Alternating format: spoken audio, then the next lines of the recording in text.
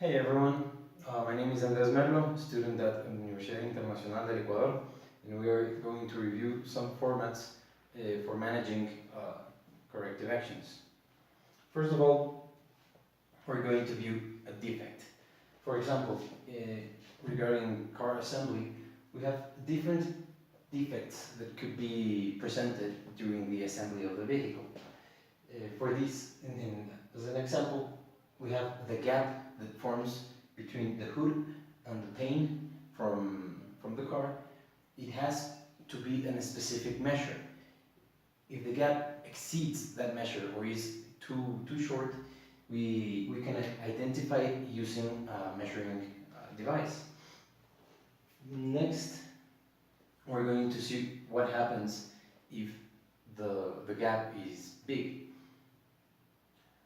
For this, we're going to identify the defect and start a format where we have to start.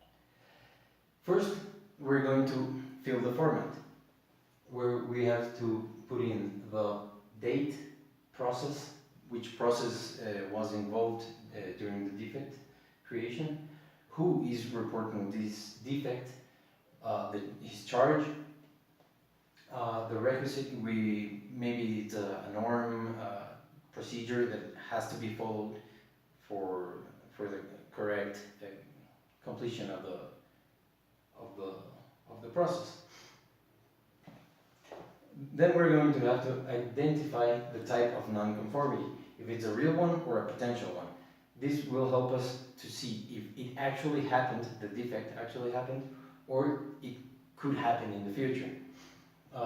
Then we classify it if it is a major defect or a minor defect. Then the description of the nonconformity. In this case, the gap is outside the standards. Then we are going to go through the process of the 5 whys. It's a process developed by some Japanese in Toyota, in the brand Toyota, used right now in the whole world, in the industry. We ask why the defect was formed. Then we ask again why to the answer of the first why. And then again 5 times approx to find the root cause. These will help us, once we get the root cause, it will help us identify possible solutions for mitigating these root cause. Next, we're going to identify these actions. What activity we're going to do, who is the responsible one for completing the activity, the date where the activity is going to be done, the actual date, this is the planned date and this is the actual date, when the action was closed, and observations. For this, we're going to have to identify the team that's going to be involved in this analysis and in these solutions. Responsible, date of verification, where we guarantee that the solutions were implemented and the defect is no longer happening. And the standardization, maybe we can standardize a process to guarantee that the problem will no longer be happening at the plant, and the signatures of the responsible for those actions.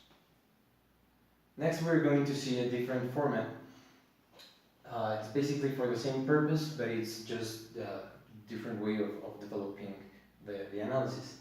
Here we have who made the process, who made the format, and which process was the defect found. Here we can identify if the defect it actually happened, or if it is a corrective action or a preventive action. Maybe we can see a potential of the defect happening, but we want to correct it on time. Now we have to describe the problem or the defect that was found or could be found, and here we have to identify which form or which standardized work the defect is responding to, and the date. Next, we will have to identify the plans that we have to correct or to implement the solution. Now we're going to identify which method of analysis was used to identify the root cause. In the last example we used the 5 whys, but here you could use another way of identifying defects.